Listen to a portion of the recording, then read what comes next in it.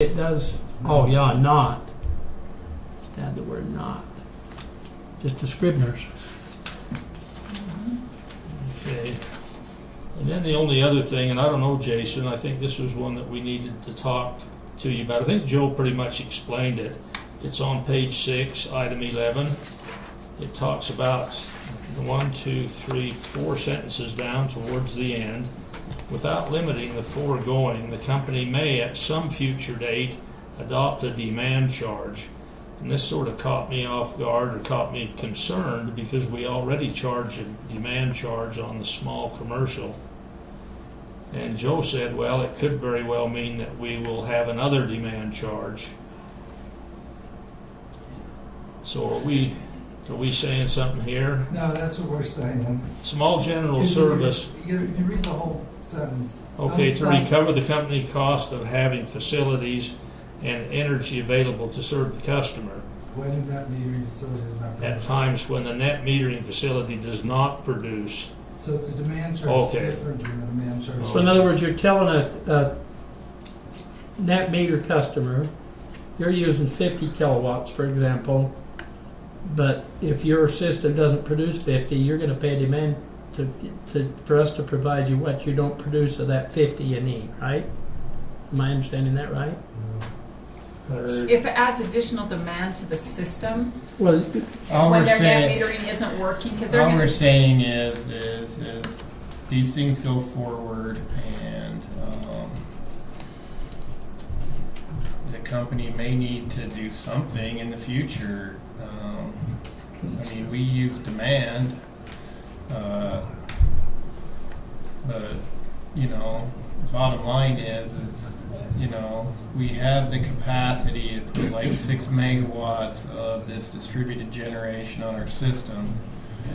If it all ends up being net, and very little of that 6 megawatts ends up being Service.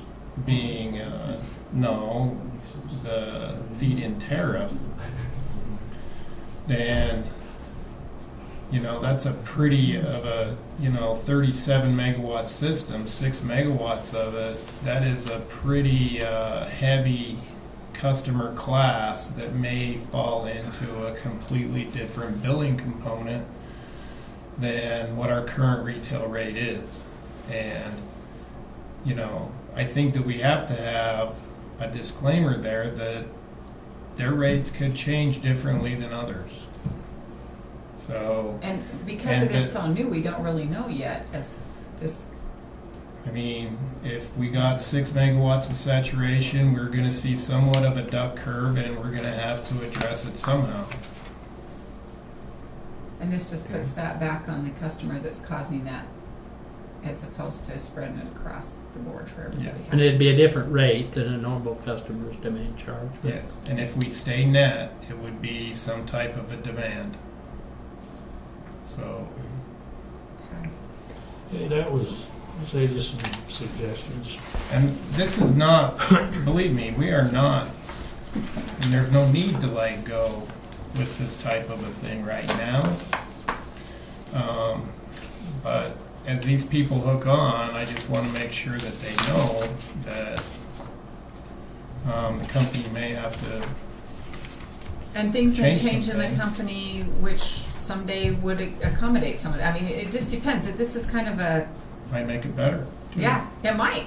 Well, your small general service is already under a demand program, and it will still apply with the no. net But it metering. would, no, it'd be a different No, demand. it would be you would calculate the demand on a solar customer different than you would on a typical customer, because it changes where they hit in the coincident and non-coincident peak of the utility.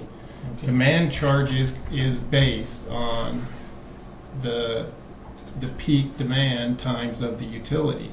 And so a net metering customer may affect that differently than a customer that doesn't have solar panels on their I'm fine. system. I'm fine with that. I just didn't. I mean, I didn't understand the ramifications of it, but it's fine. So, For my Yeah. humble research, it's great. Can I say two things in that quick? One is, I apologize that I didn't include these changes. Bob called me very quickly and gave me the information, and I have to be honest with you, I just forgot. So I'm sorry that you had to take the time to do that. That's okay. Number two is that I have not treated this as a rate issue or a charge against the customer. It's really, we're buying electricity in both cases. So we didn't go through the procedures that you ordinarily do with when you increase people or adjust people's rates. We did, however, have, and I don't know if Jason mentioned this, a meeting with some of the stakeholders to talk about their thoughts about the different plans, but we did not have a public hearing, which you would do if we were doing a rate increase. So because this is not a rate increase Right, across the this board, isn't charges that This we're is making rate against. control. Yeah, we're not charging the customer for stuff, we're just simply buying electricity under certain terms. okay. And that rate hasn't changed under this policy either. We are still paying retail rate. Okay. Right, good point. Okay, so with the discussion that we've had, the suggestions and the changes that have been made, do we have a motion to adopt Heber Light and Power Electric Service Rule number 14, net metering service? I make that motion Do we have a motion? with change. Yeah, With you the said with changes, changes. Do we have? You want to do these two as separate, right? Yep. Okay. Do we- second Okay, any further discussion? Okay, all in favor? Aye. Great. All right, the next item is the Heber Light and Power Renewable Energy Solar Power Sales Pilot Program Guidelines. So this is just the guidelines for that pilot program. Are there any questions or concerns on that? I'll make a motion that we approve the pilot program as presented. Okay, we have a motion. Do we have a second? I'll second it. Any further discussion? All in favor? Aye. Great. Thank you very much. All right, next item on our agenda is Mountain Community Solar presentation by Bill Goodall. And I'll try to make this as quick as possible. You can just spend some time. Yeah, do Okay, you want to, is like- there something down, 5-10 minutes?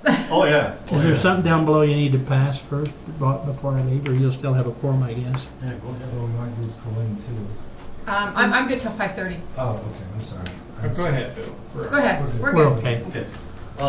I think most of you know me. I've been involved with Heber Light and Power and solar and various other interests, just to keep my mind busy, which is helpful. And came across a program that Utah Clean Energy is doing and has done in a number of other counties a number of times, similar to programs that have been done in other states, and asked them if we could expand it to Wasatch County. And this is an organization that pays its people, so it's nonprofit, but there's cost behind it. And they agreed to expand it to Wasatch County at no charge, so all these bulletin things that you're seeing flying around, we got them for nothing. There are two purposes to this, plain and simple. One of them is to try to bring solar power to a resident at the least possible cost. That's one. And the second one is to make sure it's right. Make sure the whole process is right. I heard today about somebody that came in and was telling Emily that they were going to sign a contract to put solar on the roof and pay $600 a month for 12 years. So that's like, what, 80 grand? These systems cost 10 grand. And there are people running around out there that I think are taking advantage of the situation and maybe not doing such a great job of installing also. And we've talked about that a little bit. So this is purely a volunteer group of citizens. We're just sort of riding on the coattails of stuff they've done in the past. And we went out and got bids from about 8 different companies and analyzed them based not only on the price but also on service and quality and safety and on and on and on and on. And selected Alpenglow, which is in Park City, and they've done quite a bit of work in the area. And then we added one more thing to this, and that is that we're, as an independent group, actually tracking progress. And the last step of it is, Go has to meet with the customer after they get their first net metering bill. And the customer has to say, yeah, this is what I expected. So they won't be showing up at Jason's office complaining to them. The other comment that I wanted to make to you as a group, and especially to the mayors, is that, you know, to the extent that we can get word out and people can enjoy the benefits of this, you know, I think this is probably the best way for you as mayors to know that there's some control over what's going on, and it's not your problem. Second comment is that this in no way conflicts with Heber Light and Power's general objectives and goals. Jason and Emily have been involved from day one, and we made sure that what we're trying to do here is come together and find something that collaborates rather than butting heads. So I don't know, Jason, if you want to make any comment. I just wanted to take a minute and share all that with you, and offer, if you want, to come speak to your town councils also, if you think it would be helpful. So this is actually kind of a company that you as this group would recommend using if somebody wanted to go as a solar customer. Is that what you're saying? I'd recommend using it through Mountain Town Solar, Community Solar, because the rate. So this isn't this is the company that sells the panels? No. Or this is the No. group? Mountain, that's a volunteer group. This is a volunteer group. And we went out and negotiated a volume price discount Mm-hmm. that anybody that buys through this program can have. Okay. And it's about 20% cheaper than the market right now. Okay, and I like that idea, and Joe, help me out here. If you, the only concern that we have to be careful of is we can't look like we are marketing a particular company Or competing or with private. competing with private. However, if somebody came in and said, you know, I want solar, but if you put it in the paper and you come, you know, and have your meetings like you did at the Senior Citizen Center the other day, and people come on a volunteer basis, but I think we have to, as a company, be really careful to not say, oh, this is the company you should use. We have to be real careful, even though you've done a lot of the research, you know, behind it. I absolutely If agree somebody with came in and said, you know, we're really interested in solar, what do? We could say, well, there's this community, there's this group that has done some research. You might contact somebody in that group. you. Right. But as far as the company being able to say, oh, use this company to install, we just have to be really careful. As the mayor, you know, if you come to the town council, same thing. We just still have to always be really careful that we're not trying to encourage as a city or as the Heber Light and Power to use a specific company. But if you make this readily available to the community, which like you did the other night and I was only able to be there for a few minutes, but it was a great presentation, and I felt like the information that I heard was really good. There were a lot of questions. I think it's great. Yeah, and I want to make sure that you're clear. We're not asking you to sell this. No. Yeah, I just want to understand make sure that you understand that the goals of this is to do it right. that. Right. So as a mayor, you're not going to be messed up with a bunch of shoddy systems, and to do it at the lowest price possible. Right. And make sure that the system is tracked so that the installer does it right. Correct. That's it. Mayor Bonner asked, and I'm not sure that I understood the answer. Alpenglow is the installer, but are they also the provider of their own photovoltaic array? Yeah. They don't put in just anything, but it's the one Yeah. that they sell and install. It's the one that we specify in this program. Okay. There are actually two Oh. options. The first option, at $285 a watt, is a US-made panel. There's a second option that's a little more expensive, that's a Korean-made panel that you would only use if you had limited roof space. I wouldn't recommend it. So I think that what Bill's here for is just to let us know that there is this group that's out there. Yep. They're kind of a resource for a customer who maybe calls and has a question about solar. We can give them what we have, our policy. Well, I want to know more about solar. Help me understand it. You say, contact somebody out of this group Yeah, send them to that website. or this website, It's really a and nice they'll, website. you know. But we just have to make sure that as a company, we're not promoting an individual contractor Right. service. And I'm not asking you. Yeah, and I know that, Okay. so. And just so you know, when we like get a question, we